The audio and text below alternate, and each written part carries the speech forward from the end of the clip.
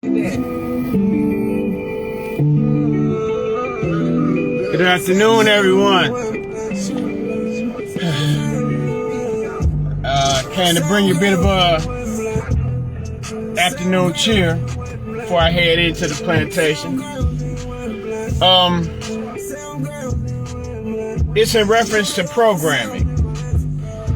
Now, we have, once upon a time, it was radio that was utilized as programming. It was even the public square where they had somebody standing in the middle of town and yell certain things like the British are coming, you know, that was a form of media.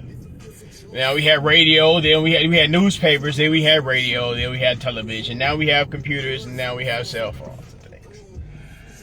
So when you have access to all types of what you can sometimes loosely call information. Much of it's propaganda. Not enough of it's actual factual research and database information.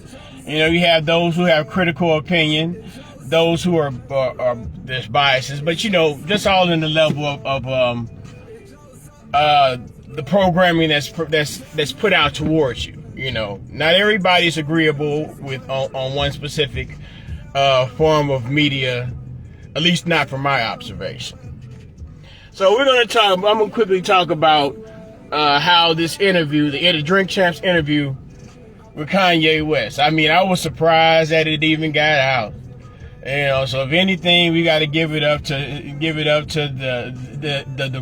the Dominican black man. I know he had Puerto Rican, Nori, for enabling the video to come out. And I continue to shout out DJ EFN or whatever, because he asked questions and he allowed Kanye to elaborate on his answers. What you seen yesterday, I mean, they jerked it off. They just deleted it. They deleted an interview that could easily netted in the hundreds and hundreds of thousands, if not the millions and tens of millions or whatever. Nah, maybe I'm being facetious, but of views. So Noriega went on on Hot 97 with Peter Rosenberg, Laura Stiles, and Ebro was out for the day. Ebro was conveniently out of the office for the day. and Rosenberg said he was excited to have Noriega on the show. And immediately, you know, why didn't you, Mr. Rosenberg was like, why didn't you rein your nigga? Nori's like, he normally takes my advice, but he didn't take my advice at the time. But they yanked the entire interview off. I mean, I know it's available in bootleg areas, but what this is, you know, there are people who decide what is programmed into your mind, you know, by forms of media. Now, once upon a time, it was just a couple of scant years ago, there was a pandemic. I guess the pandemic is still going. I don't know if I think it was officially announced over by Kind Master, but all along the course of the pandemic, there were people who may have contracted coronavirus and were talking about their experiences with coronavirus, and they were all of the course of the time they were discussing the science of coronavirus. So we were trying to be critical thinkers, but our thoughts were somewhat muffled. And as time goes on, you know, those thoughts that were once upon a time shamed upon, and those thoughts that would oftentimes cause a rift between friends and family members, they have been affirmed by time. So, but this won't be programmed out to you. This won't be mass propagated to you. It might be a byline on your 6 o'clock news, but what I'm saying is that there are interest groups. They may be corporate interest groups. They may be faith beliefs groups.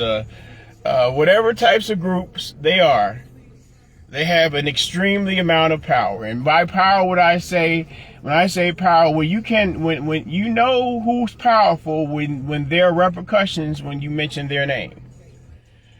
Kanye's gotten the money. Kanye has always talked. He said on several albums, "Can I talk my shit again?" He's always talked that shit.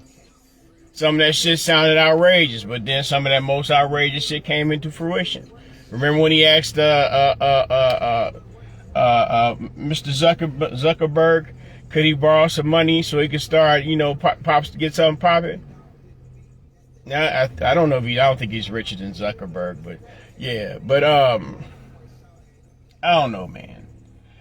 It's like we take this information, whatever it is, whether it be about a political party, they make these promises to us. They say that in order to bring you to the polls, that your reason to come to the polls as someone of a particular group, specifically a particular group, is because you're there to protect a medical procedure that you may or not agree with.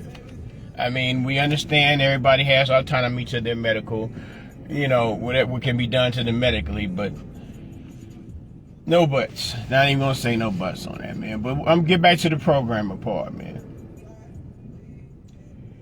They ain't that those people. So people with a specific form of interest, because if you have the opportunity to watch the interview, you'll realize that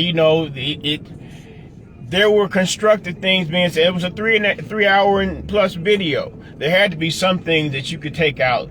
The man has been compared to genius level, and he has produced results. People get focused on what people say.